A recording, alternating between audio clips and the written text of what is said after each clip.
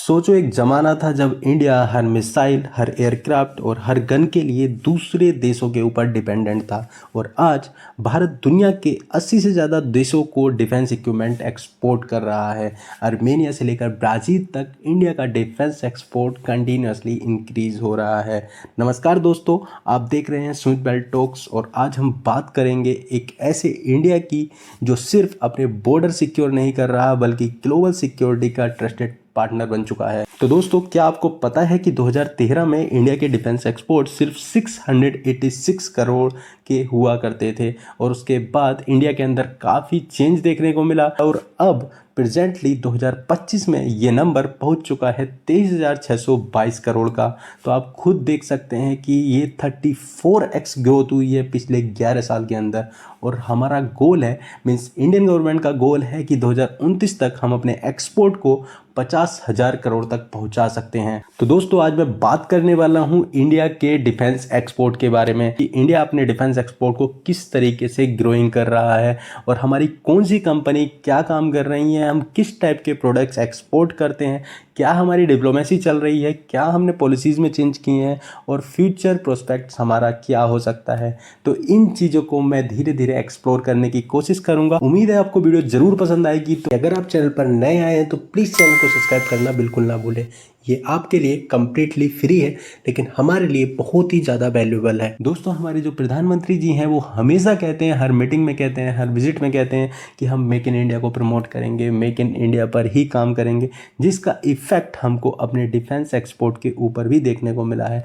आज की डेट में इंडिया का डिफेंस एक्सपोर्ट 80 से ज़्यादा कंट्रीज़ को होता है, जिसमें मेनली क्लाइंट देखे जाएँ तो मिडिल ईस्ट से आते हैं, अफ्रीका से आते हैं, साउथ ईस्ट एशिया से आते हैं और लैटिन अमेरिका से भी आते हैं। तो दोस्तों, अब बात करते हैं कि हम एक्सपोर्ट क्या करते हैं। ये तो नंबर्स थे जो मैंने पहले आपको बताए, लेकिन हम एक्सपोर्ट क्या करते हैं वो भी आपको जानना बहुत ज़्यादा ज़रूरी है। लेकिन दोस्तों, मैं ये चीज़ क्लियर कर देता हूँ कि यहाँ पर मेरी किसी भी स्टॉक के लिए कोई बाई और सेल रिकमेंडेशन नहीं है। ये वीडियो कंप्लीटली एजुकेशनल पर्पज से बनाई गई है। तो चलिए देखते हैं वो इंडियन डिफेंस प्रोडक्ट जो इंडिया वर्ल्ड को सप्लाई कर रहा है। नंबर 1 पर आता है आकाश मिसाइल सिस्टम। दोस्तों, ये नाम तो काफ़ी जाना पहचाना हो चुका है।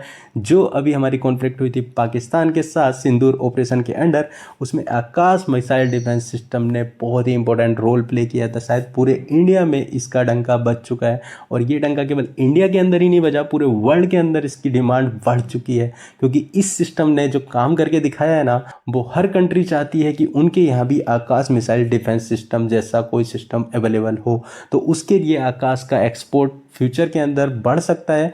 रिसेंटली आर्मेनिया ने हमसे बाई किया है आकाश मिसाइल डिफेंस सिस्टम और आगे फ्यूचर के अंदर यूएई और ब्राज़ील का इंटरेस्ट भी हमको देखने को मिल रहा है। और उसके बाद आता है 155 mm artillery guns, 100 units almost export की जा चुकी हैं। नेक्स्ट आता है एमनेशंस, 6000 करोड़ के ऑर्डर्स सऊदी अरेबिया और यूएई की साइड से देखने को मिलते हैं। और उसके बाद आता है radar, surveillance system, drones, small arms, naval patrol vessels. दोस्तों, ये सारी चीज़ें भी हम लोग अपने डिफेंस एक्सपोर्ट में काउंट करते हैं। तो हमारे इंडिया के अंदर अगर प्राइवेट कंपनीज का कंट्रीब्यूशन डिफेंस सेक्टर के अंदर देखा जाए तो 15,233 करोड़ का एक्सपोर्ट प्राइवेट कंपनीज के द्वारा किया जाता है। और अगर पीएसयू कंपनीज की बात करें तो वहाँ पर 8,389 करोड़ का कंट्रीब्यूशन होता है, जिसकी ईयर के बेसिस पर ग्रोथ देखी जाए तो 42% की ग्रोथ है। तो हमारे पीएसयू सेक्टर्स की जो कंपनियां हैं काफ़ी अच्छा ग्रोथ कर रही हैं। तो पब्लिक प्लेयर्स शायद आप लोग जानते ही होंगे, एचएएल जो मेनली फाइटर जेट्स तेजस वगैरह बनाती है, हेलीकॉप्टर बनाती है जो कि रुद्रा, एलसीएच, प्रचंड, ये सारे प्रोडक्ट्स एचएएल बनाती है। और भी प्रोडक्ट्स हैं दोस्तों, सारे प्रोडक्ट्स तो मैं यहाँ पर बता नहीं सकता हूँ क्योंकि बहुत लंबी वीडियो हो जाएगी, लेकिन मैं कुछ इंपॉर्टेंट प्रोडक्ट्स जरूर आपके साथ शेयर करूँगा।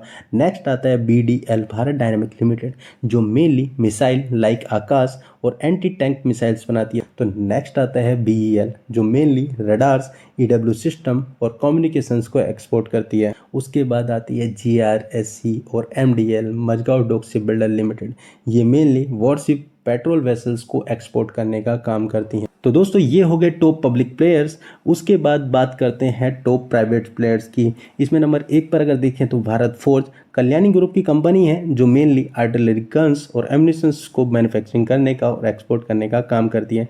उसके बाद आता है पारस डिफेंस जो स्पेस ऑप्टिक्स और ईडब्ल्यू सिस्टम्स को बनाती है। नेक्स्ट आपकी आती है आइडिया फोर्ज जो सर्विलेंस ड्रोन्स पर काम करती है।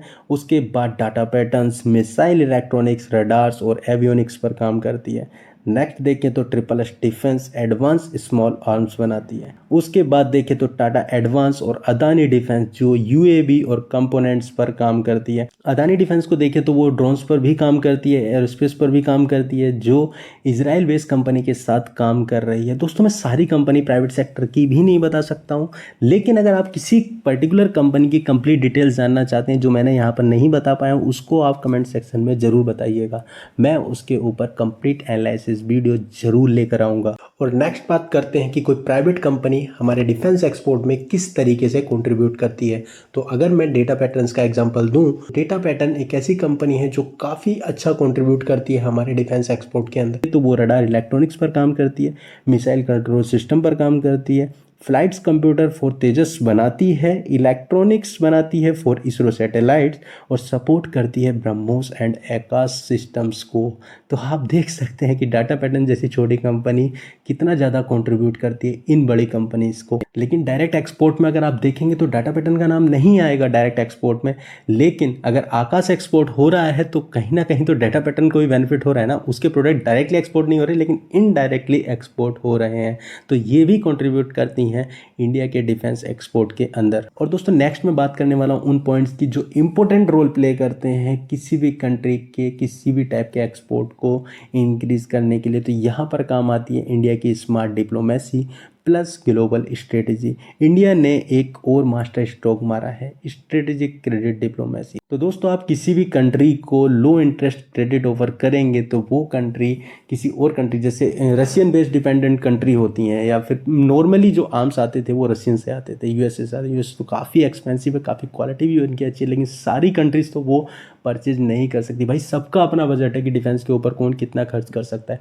तो हर कोई ये चाहता है कि भाई बेटर क्वालिटी और लो कॉस्ट के प्रोडक्ट हमको मिल सकें, जिनकी क्वालिटी भी अच्छी हो, कॉस्ट भी ठीक हो, तो वही प्रोडक्ट परचेज करते हैं। और उसके साथ में क्योंकि सारा पैसा एक साथ कंट्री नहीं दे सकती, कुछ कंट्री होती हैं जो उधार में खरीदती हैं, उसके बाद धीरे धीरे करके वो उसके ऊपर पैसा प्रोवाइड कराती है। तो अगर आप लो इंटरेस्ट क्रेडिट ऑफर करेंगे तो आपके कस्टमर्स इंक्रीज हो सकते हैं। तो इसका बेनिफिट इंडिया को ज़रूर लगता है। और अगर आपका इन्फ्लुएंस इस तरीके से इंक्रीज होता रहेगा तो आपका मार्केट एक्सपेंशन भी होता रहेगा। एक बार मार्केट एक्सपेंशन हो गया, आपके नंबर्स इंक्रीज हो गए, प्रोडक्ट को लोगों ने यूज़ किया और उसकी क्वालिटी को पहचाना, तो आपका लॉन्ग टर्म वो फ्रेंड प्लस बिजनेस पार्टनर भी बन जाएगा। तो ये स्ट्रेटजी इंडिया काफ़ी अच्छे से फॉलो कर रहा है और फ्यूचर में हम इसके आधार पर काफ़ी चेंज देख सकते हैं। क्योंकि दोस्तों war all over the world कहीं ना कहीं पर तो चलती ही रहती है, तो फ्यूचर बहुत ही ज़्यादा एक्साइटिंग होने वाला है। दोस्तों परेशान होने की ज़रूरत नहीं है क्योंकि इंडिया ने अपनी बॉर्डर्स को काफ़ी अच्छे से सिक्योर किया हुआ है,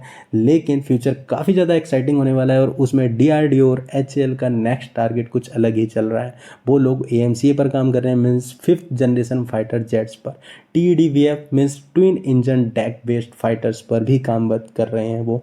और कॉम्बैट ड्रोन्स, स्कैड्स और warriors by the HAL manufacturing किए जा सकते हैं फ्यूचर में, ये प्लानिंग में है। और hypersonic missile, smart munitions and AI enable weapons के ऊपर भी काम कर रहे हैं। ये सिर्फ फ्यूचर प्लान है, ये भारत का डिक्लेरेशन है और we are ready to deal it. तो दोस्तों एक टाइम था जब हम बाहर से लेते थे सारे के सारे प्रोडक्ट्स, आज हम बना रहे हैं और कल हम दुनिया को सिखा रहे होंगे।